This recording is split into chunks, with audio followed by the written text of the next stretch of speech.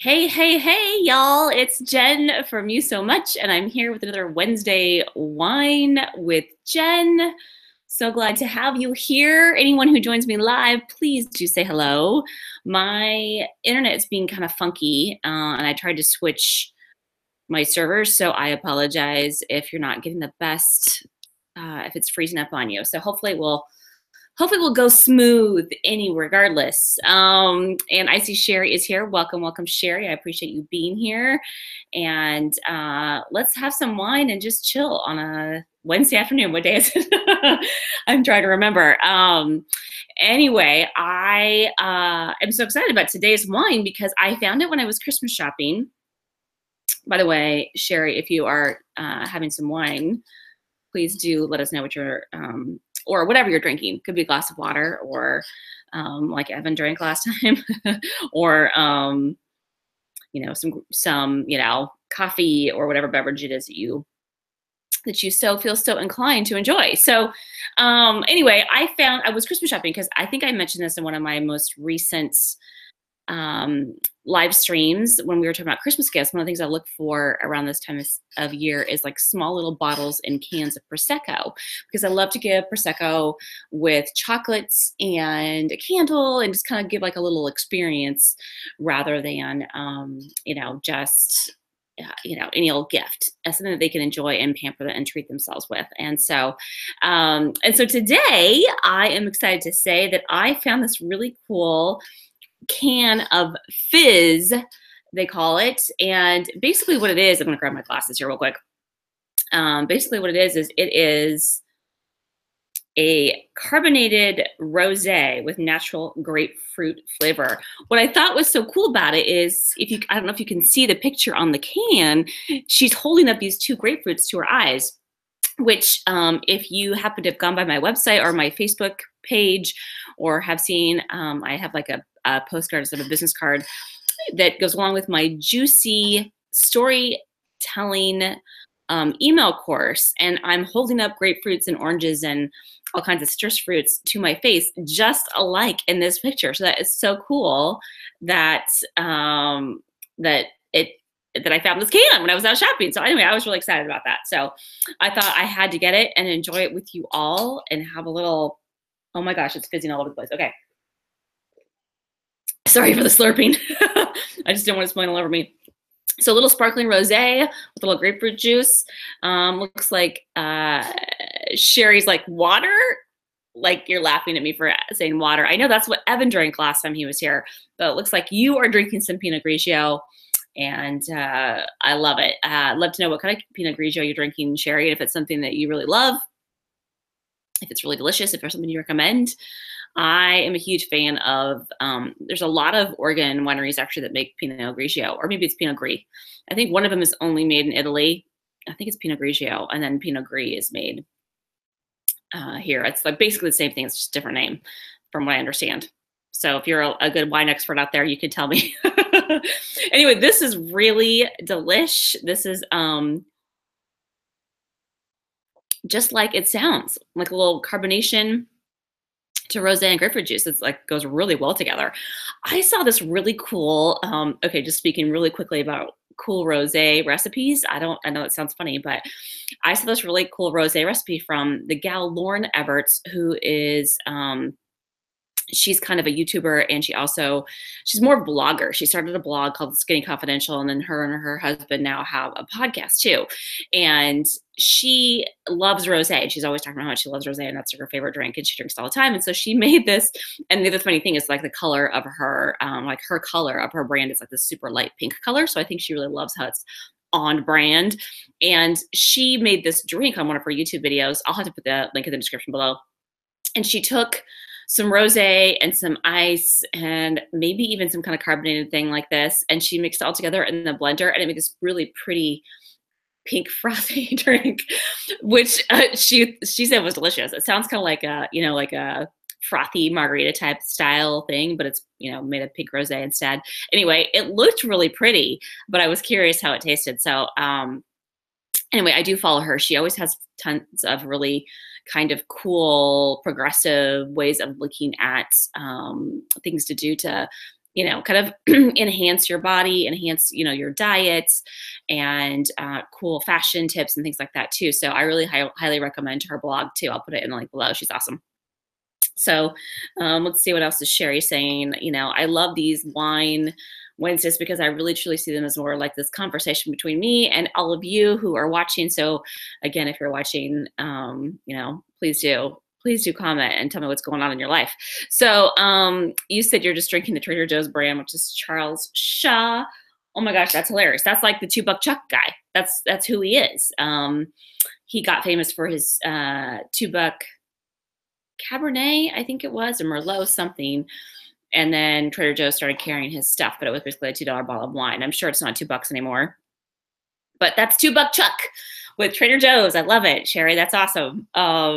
We gotta, just like me, find your pleasure wherever you can. It's not always going to be the most exquisite vintage of your favorite wine, right? So that's hilarious. Mm. And it says Sherry said that you also have a cab next, and it's pretty much close to it. So it means I'm assuming when you say close to it, you mean it's close to $2, but maybe like $3.99. I'm sure it is.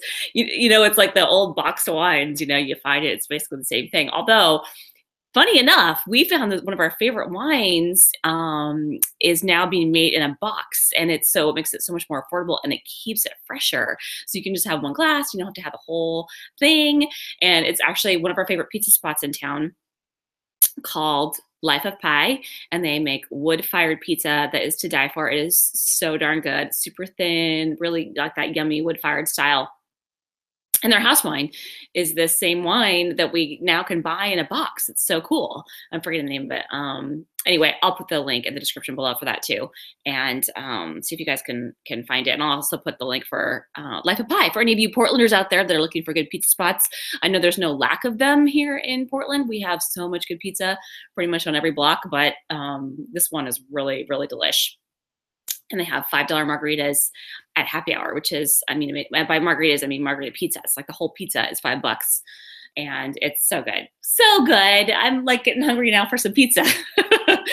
So anyway, I thought it'd be fun to talk a little bit today about kind of about networking. I know I've talked a couple times about networking lately, but not just networking. I think more what I'm talking about is sort of connecting with people, and kind of like whether or not you think it's better to connect with people in person or online, or kind of do a combination of both. Because one of the things that I have discovered recently is a lot of my networking groups are beginning to kind of dissipate. And I think I've talked about this before, maybe even on this broadcast, this Wine with Wednesday one. And I think it's because there are so many more online groups you can join, and you can just do it from the comfort of your home. You don't have to necessarily go out to lunch and, spend $20 for the lunch on top of the $20 you paid to be part of the networking group.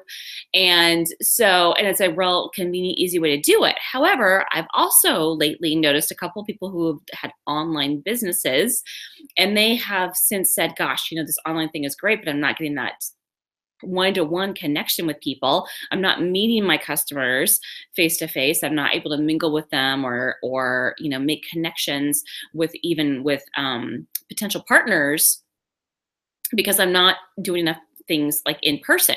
And so I'm curious, Sherry, you just went to a conference, and I think conferences and events are another really great way to connect. Obviously, if it's a larger conference, you can make a big connection with a lot of people, especially if you're a speaker, for example. Then you can really spread your message. But I know it's not always about spreading your own message. It's about, meeting someone new and helping them out, and just kind of making business friends. Because a lot of times, they might know somebody who'd be perfect to partner up with you, and vice versa. And it's not always about necessarily getting customers, but more about like kind of those connections that you might make. So anyway, I am curious because I just went to a networking meeting yesterday, and the gal actually who spoke, she talked a little bit about, she talked about some really cool, phenomenal things, which a lot of them were kind of about being in alignment with your goals and with your vision. And that word alignment is kind of like this buzzword that's been happening a lot. And so I want to come back to that in just a second. But the point that I was going to be making about her is that she does a lot of online business, she said, a ton. And she actually really wanted to come to this event and speak because she really wants to start doing more things in Portland. So she's a Portlander, but a lot of her business and her clients are elsewhere because she does so much online. And so she said she started to go to smaller groups and really networking with people and like meeting them face to face and like talking at these events. And so she's kind of been one of those people that really wanted to meet face to face. And also spread her message through speaking. And the event was super small. There was only like 9 people there in the room that she was talking to. So it wasn't like she was like, you know, maximizing her time necessarily with like this huge group of people and spreading her message that way. I think she actually really did want to connect with people and in this real genuine way. And her name was Jaya. She was a really cool chick. I'm going to see what Sherry's saying here in the chat box. So Sherry says, this week you realized how really close you are. We are, I think you're talking about me and you. Oh yeah, you are. Because you're in Tacoma and that's where the train derailed on its way out to Portland. Yes, that was such a terrible tragedy that happened this week. If those of you who didn't hear on the news that there was a new train, Sherry, you can correct me if I'm wrong, there was a new train track that went over I-5, which is the primary freeway that goes between Seattle and Portland. And the train went off its tracks right on its way over I-5. And so there were several people injured and I think even some fatalities from that whole thing because, you know, obviously these train cars went over the edge and went onto I-5. So it was like this terrible, not the most ideal spot. Not that there would be an ideal spot for it to go off its track, but like even worse because it was right over I-5. So, but yeah, in fact, I have family, Sherry, in Tacoma. My aunts, an uncle and my cousins live over there. And so, yeah, it's super close. Tacoma's actually, I mean, it's really not that far because Seattle really is about 3 hours in good traffic. It can take like, you know, up to 4 hours in bad traffic. I've actually driven north of Seattle in like 2.5 hours and not even speeding, just regular. It just like happened to just hit good traffic on the way up and just hit it good. Which to me was crazy. I feel like it was one of those weird things when the time like sort of disappeared. I don't know if it's ever happened to you. Anyway, but yeah, but Tacoma is a good 45 minutes south, I think, of Seattle, or maybe at least a half an hour. So you're even closer. So yeah, really close. So I'm curious if you, Sherry, you must not come down to Portland very much if you didn't know how close we were. Anyway, okay, so Sherry says the tracks were used for freight, and it was the first time a computer train used it to make the trip shorter. Okay, so it was a faster trip this time, and 3 people lost their lives, which is a total tragedy. But it could have been worse because, yeah, it was right over I-5. Yeah, it was crazy. So, yeah, I didn't read much about it. You know what? I like hardly ever watch the news anymore. I know it's kind of sad, but it just depresses me. I just kind of don't, you know, don't want to be depressed and, you know, hear all this negativity, which I feel like is always the take that the news takes to kind of get your attention, hook you in. And, you know, me as a copywriter, I know how that goes, but I prefer to stay in my positive bubble. And Sherry says that you do come to Portland. It's a 3-hour drive. Okay. Yeah. So yeah, that's about right. So anyway, Sherry, since you just went to that conference last week, and I think you said you were in Florida, I'm curious if you made some new business connections there, and if you felt like that was a worthwhile event to go to. And in general, if you're watching this on the replay too, you know, anyone out there, I'm curious how you feel about networking events in person versus online. Do you still go to networking events even? Do you not have time for it? Do you connect with people in different ways? You know, when I do my Tuesday morning chat with Lily, she's always talking about how she, like, because she's an introvert, she really doesn't like going to these big networking events. And so that's one of the reasons why she started doing some of these fun chats with her on live YouTube, because that way she can make connections and have conversations with people and also kind of give advice to people and insight while she's, you know, to multiple people while she's like kind of networking with one person, which is a much more energetic way for her to be able to network with people, which I think is kind of a cool idea, right? It's kind of like, I actually was thinking about this because Evans has a mastermind group that I belong to. And when we first started this mastermind group, because we're all over the world, right? And so when we first started this, we kind of did this thing where we were all getting online at the same time. It was like a video chat. And one of us would be in the hot seat and kind of, get some insight and answer questions from Evan and the rest of the group. But what was happening was, I think that it was because of the time difference of all of us. It was difficult sometimes for all of us to have our schedules, coordinate at the same time. And then also because you're kind of like live on a hot seat right then and there, you don't have as much time to think about a thoughtful answer for someone else as to maybe something that they're struggling with or something that they need advice on and that kind of thing.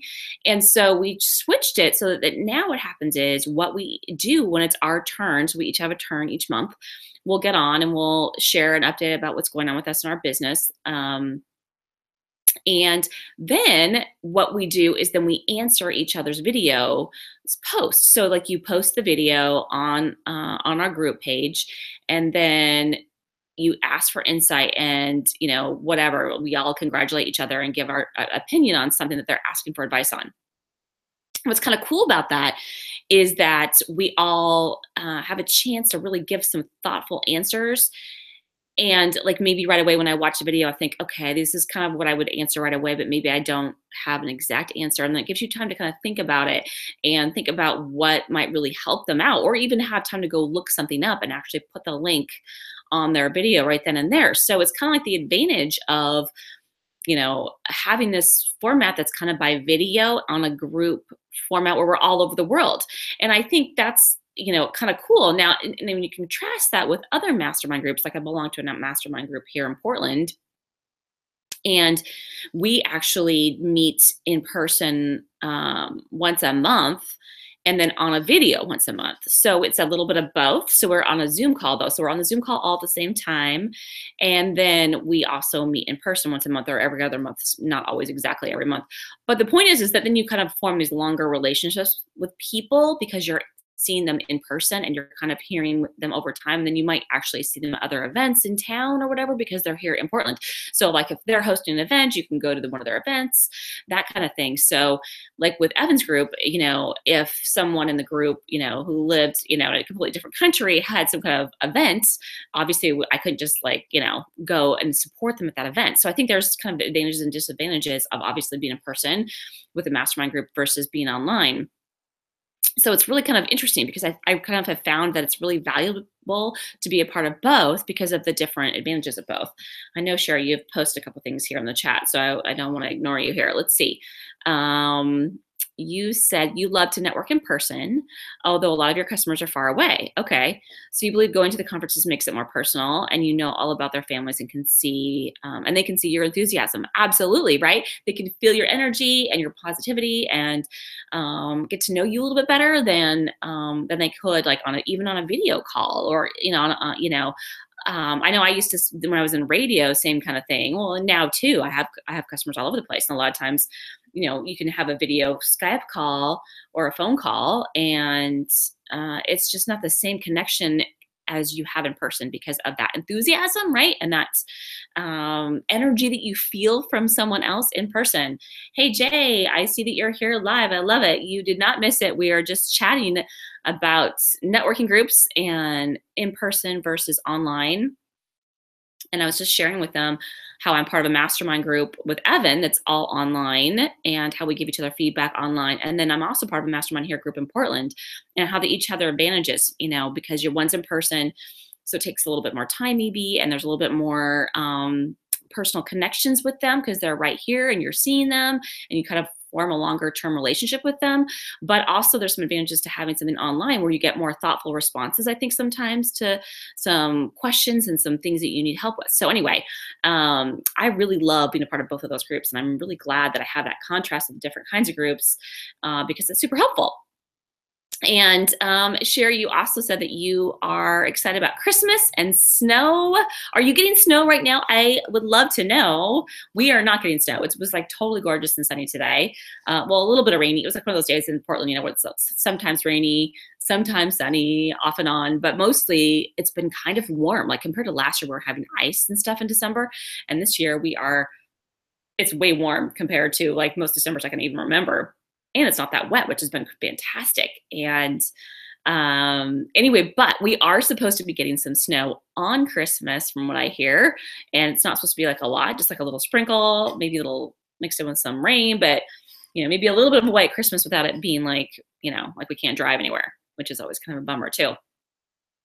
And Jay, you missed I was sharing this cool wine find that I found. It's called Fizz, and it's sparkling rosé with some grapefruit juice. But look at the label on it. It has the chick with the juicy fruits, like my juicy email course. So I thought that was really cool. I had to get it and enjoy it with y'all.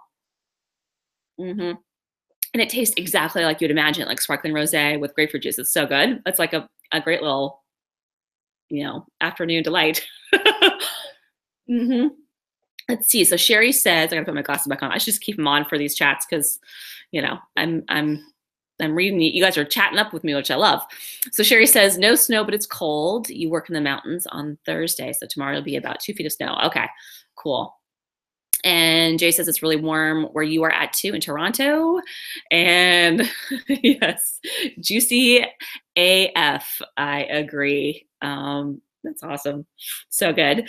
So good. Well, I am almost out of time. I'm so glad that this has been a fantastic stream so far, because at first it said that my streaming was not doing good. And I think so far it hasn't really frozen up on me. And actually now it's saying that the streaming value is good. So that's awesome.